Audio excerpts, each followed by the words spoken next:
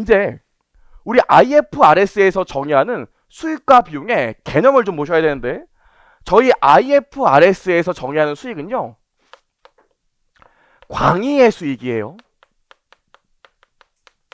광의의 수익. 광의의 수익이라는 말이 무슨 말이냐면 두 가지로 나누는데, 두 가지로 수익과 차익으로 구분해요.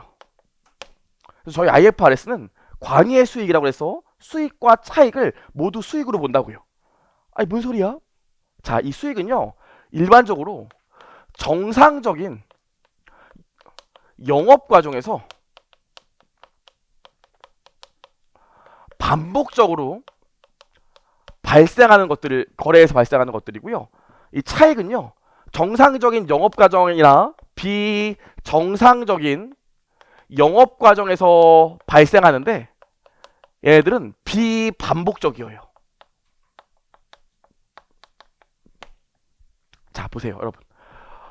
제가 만약에 출판사를 한다면, 출판사는 주로 영업을 뭘로 해요? 제가 출판사를 한다고요. 그럼 출판사는 어떤 걸 영업으로 해요? 책 파는 걸 영업으로 할 거 아닙니까? 앞으로 매년 반복적으로 책 팔아서 수익 낸다고요. 따라오시죠? 그죠? 근데 출판사 같은 경우엔 꼭 책만 팔아서 수익 내는 거 아니야. 어떤 경우에도 수익 낼 수 있어. 어떤 경우에도. 아, 인쇄기 있으면 기계장치 있을 거 아닙니까? 출판사에. 기계장치를 팔아도 그거 처분하는 동안 수익이 탁 나온다고요. 기계장치 팔아도 수익이 나올 거 아닙니까? 요 두 가지가 다 수익인데, 첫 번째 거, 이 출판사에서 책 팔아서 벌어들이는 수익이 저기 나와 있는 첫 번째 수익이고요. 정상적인 영업 과정에서 반복적으로 발생하는 애고요. 기계장치 팔아서 이익 보는 건 저 밑에 있는 차익이라고요. 어쩌다 한 번 나오는 수익이라고요. 그럼 얘네 두 가지를 우리가 구분해야 되는데, 구분하고 표기도 좀 다르게 해야 된다고요. 왜 그런지 봐봐요. 자,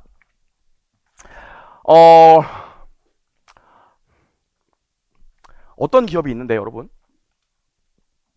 매출에서 매출 원가를 빼면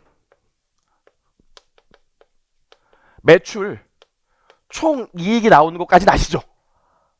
그쵸? 근데 A기업도 있고 B기업도 있는데, 여러분 힘을 낼게요. 다 왔어요. 이거 끝나고 나면 저녁 드시고 오시면 또 우리 귀염귀염한 이윤엽 세무사가 하잖아요. 세법은 도대체 어디까지 나갔어요?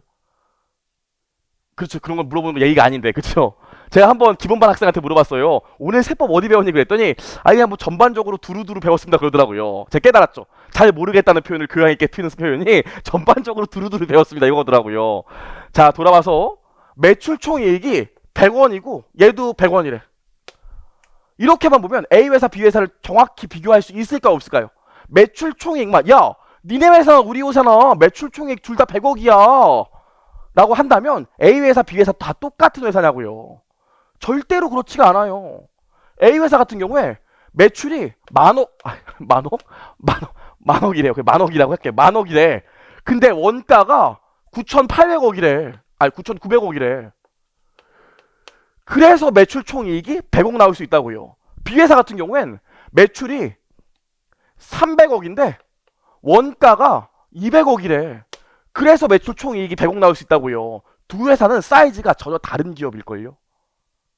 아시겠어요? 아주 쉽게 얘기하면 요게 한 현대자동차 정도 되면 요게 뭐 해커스 정도 되겠죠. 사이즈가 다른 기업일 거라고요. 그쵸? 그럼 이 경우에는 매출 총이익만 보여주는 게 의미가 있어요? 매출이랑 매출 원가를 다 보여주는 게 의미가 있어요? 다 보여주는 게 의미가 있어요. 요 경우에는 A 회사도 장점이 있고 B 회사도 장점이 있다고. B 회사의 장점은 뭐예요? 만약에 둘 다 똑같은 회사야.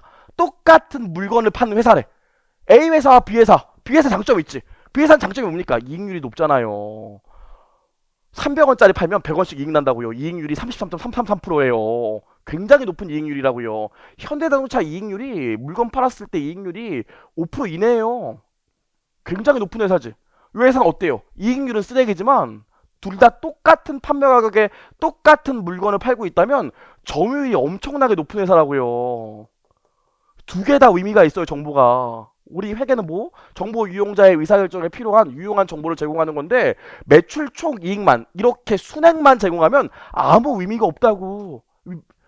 별도로 매출과 매출 원가를 각각 총액으로 보여줘야지 더 많은 정보를 줄 수 있어요. 이해할 수 있겠어요? 그럼 매출이나 매출원가가 의미하는 게 뭔데? 내가 영업과정에서 정상적인 영업과정에서 반복적으로 보여드리는 수익과 반복적으로 발생하는 비용이 매출과 매출원가라고요. 손익계산서에 매출과 매출원가, 매출총액 이 세 가지는 반드시 나와줘야 돼. 제조업 같은 경우엔. 왜? 다 의미가 있기 때문에요. 정상적인 영업과정에서 반복적으로 벌어지는 수익 같은 경우엔 총액으로 보여줘야 된다고요. 그래야 정보 이용자한테 더 많은 정보를 줄 수 있다고. 그래서 IFRS에서 얘기하는 광의 수익은 광의 수익인데, 여기서 얘기하는 이 수익이 뭡니까? 정상적인 영업 과정에서 반복적으로 발생하는 얘네들은 언제나 수익을 총액으로 보여줘야 돼요. 그래야 정보 이용자한테 더 많은 정보를 줄 수 있다고요. 아무것도 아닌 것 같지만 제가 이 내용을 1차 시험 볼 때 문제를 내면은, 계산 문제를 내면 엉망이 난리도 아니에요. 정확히 개념을 모르기 때문이에요. 정상적인 영업 과정에서 반복적으로 발생하는 수익들은 무조건 총액으로 기재해야 된다고요. 따라오겠지. 아이고, 나온 김에 손익계산서 얘기를 좀 더 해봐야겠네. 자, 여기서 이제 뭘 빼줘요? 우리가 에쿠스 팔았어. 에쿠스 만드는데 들어간 원가 빼주면 매출총 이익이 나오지. 근데 이것만 정상적인 영업 과정에서 비용으로 나오는 게 아니에요. 에쿠스 만드는데 들어간 돈만 정상적인 영업 과정에서 발생하는 비용이 아니야. 모두 있어요. 아, 영업사원 판촉비 같은 거 나올 거 아닙니까? 차 만들 때 직원들 그 급여도 들어갈 거 아닙니까? 그래서 밑에 뭐가 있어요? 판관비가 있다고요. 판매 관리비. 요걸 빼주면 뭐가 나와요? 요걸 빼주면 영업 이익이 나와요. 우리 4장에서 배울 건데 IFRS에서는 손익계산서에 영업이익을 반드시 표기하라고 그랬다고. 지금 요 내용이 46페이지에 손익계산서 모양 보면 알 수 있죠? 손익계산서 모양. 46페이지 손익계산서 모양 보면 지금 제가 이대로 쓰고 있잖아요. 그렇죠? 영업이익을 반드시 계산하라고 그랬어. 사실 우리 손익계산, 우리 IFRS는 이런 거 얘기도 있지만 무조건 영업이익은 손익계산서에 반드시 공시하라고 그랬다고요. 강제사항이야. 왜 그럴까? 왜 영업이익은 강제로 꼭 보여주라고 했을까? 그리고 기사를 보시면 삼성전자 성과 얘기할 때 삼성전자의 당기손익 얘기 안 하고 영업손익 얘기한다고요. 삼성전자의 올해 영업이익이 몇 조입니다. 전기 대비 얼마 늘었어요. 왜 영업이익만 얘기할까? 밑에 딴 거 보면 당기순이익도 있는데 거기 보시면 당기순이익을 얘기 안 하고 왜 영업이익을 얘기할까? 여기까지가 그 기업에서 반복적으로 벌어지는 영업 과정에서 나오는 돈이기 때문이에요. 영업이익까지만 반복적으로 발생한다고. 올해 영업이익이 1000억이었으면 내년에도 1000억쯤 나올 거라고 정보 이용자들이 예상할 수 있어요. 영업이익을 꼭 공시하는 이유가 뭐냐면 영업이익이 진짜로 내가 장사해서 벌어들이는 돈이 여기까지이기 때문에 이건 내년에도 또 똑같이 나올 거라고.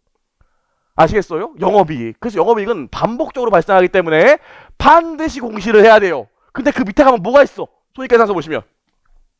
그쵸? 영업 외에 수익과 비용들이 있죠. 얘네들은 뭐예요? 장사하는 과정에서 나온 게 아니라 어쩌다 돈 번 거라고. 그래서 영업의 수익과 영업의 비용에 들어가는 거 가장 대표적인 게 유형자산 처분이, 기량치나 건물 처분하면 여기 들어간다고요. 또 유가증권 주식 팔게 됐을 때 이익 본 것도 여기 들어간다고. 영업의 수익이요. 제가 재밌는 얘기 해줄게요, 여러분. 회사가 상스러울수록, 회사가 막장일수록 영업이익보다 영업의 수익이 더 많아요. 삼성전자 있잖아요. 삼성전자 같은 경우엔 영업의 수익이 많을까 적을까? 거의 없어요. 삼성전자는 영업이익에서 법인세 비용만 빼면은 당기순이익이랑 거의 일치해. 영업의 수익이 거의 안 나온다고요. 좋은 회사일수록 영업의 수익이 안 나와. 근데 꼭 막장으로 치닫는 회사들이 영업의 수익이 겁나 많다고요. 근데 영업의 수익 많은 건 사실 아무 의미가 없다? 왠 줄 알아? 내년에 안 나올 거니까. 아시겠어요? 그럼 보세요. 영업의 수익 같은 경우에는 굳이 얘네들을 내가 이걸로 벌어들인 돈, 이걸로 이거 벌기 위해서 쓴 비용 이렇게 나눌 필요가 있을까요? 우리가 기장치 팔면 뭐라고 그래? 기장치 팔아서 야, 팔아서 얼마 남겼냐? 우리가 주식 사면 주식 팔았을 때 야, 주식 팔아서 얼마 남겼냐? 이런 거 물어보지. 얼마에 팔고 원래 얼마에 샀었니? 이런 거 안 물어본다고요. 그래서 정상적인 영업 과정이거나 비정상적인 영업 과정에서 비반복적으로 일어나는 애들은 굳이 총액으로 보여줄 필요가 없이 퉁쳐서 이익이 얼마인지만 보여주면 된다고요. 이해할 수 있겠어요? 만약에 재고자산 제품이라고 할게요. 제품이 요게 원가가 100원짜리야. 그리고 요거 판매가가 200원짜리래. 제품은 내가 정상적인 영업 과정에서 반복적으로 팔아 제끼고 하는 거니까 회계 처리를 보면 매출로 200 잡고 뭐 현금 들어왔으면 현금 200 잡고 제품 100 없애면서 이쪽에 매출 원가로 100 이렇게 기재한다고요. 그럼 수익도 총액으로 나오고 비용도 총액으로 나오잖아. 따라오겠죠. 이렇게 하는 이유는 뭡니까? 얘는 정상적인 영업 과정에서 반복적으로 발생하는 일이기 때문에 정보 이용자한테 이렇게 표기해야 더 많은 정보를 줄 수 있다고. 이해하시겠죠? 하지만 이게 제품이 아니라 기계장치였대. 우리 올해 기계장치가 너무 오래돼가지고 그냥 팔아버렸대. 기계장치를 팔았을 때 회계처리 어떻게 할까? 기계장치를 팔았을 땐 회계처리를 이렇게 해요. 현금 200원, 기계장치 100원, 100원 차이가 나네. 100원을 처분 이익으로 회계 처리한다고. 그래서 퉁쳐서 순액만 수익으로 들어가게 해요. 이해하시겠어요? 이렇게 하는 이유를 알겠지? 얘는 이렇게 나눠서 보여줄 필요가 없기 때문이에요. 그래서 정상적인 영업 과정에서 반복적으로 발생하는 수익 같은 경우에는 수익을 총액으로 기재하지만 정상적인 영업 과정이거나 혹은 비정상적인 영업 과정에서 비반복적으로 발생하는 수익은 순액으로 기재한다고. 그걸 뭐라고 그래? 차이. 아무것도 아닌 것 같지만 여러분 우리 교재 보시면 거기 제가 이그젠플에서 해놨죠. 재고자산 팔았을 때랑 기계장치 팔았을 때랑 제가 지금 회계 처리한 게 나와 있잖아요. 그쵸? 이게 아무것도 아닌 것 같은데 제가 나중에 요거 제품 팔았다 수익 얼마냐 그러면 재고자산 팔았다 수익 얼마냐 그러면 수익 100원이라고 하는 친구들도 진짜 있어요. 아니라고. 재고자산 팔았을 땐 영업 과정에서 반복적으로 발생하기 때문에 총액으로 200원 수익이 별도로 나와줘야 돼요. 하지만 기계장치를 팔았을 때는 비반복적인 과정에서 어쩌다 한 번 나온 거기 때문에 순액으로 유형자산 처분이익 100원만 수익으로 들어가면 된다고요. 이거 지금 얘기하는 개념이 우리 나중에 수익 가면 또 엄청나게 중요하게 쓰여요. 분명히 이 중에서 한두 분은 나중에 저한테 물어볼 거라고 수익 가서 이거 왜 답이 이거예요? 저거 아니에요? 아유 이거는 순액이잖아요. 이건 총액이고 정상적인 영업과정이고 비정상적인 영업과정이잖아요. 그때 아하 이해하시? 응? 이러면 안 돼요. 지금 얘기한 게 앞으로 엄청나게 많이 쓰일 내용이라고요. 오케이 여기까지.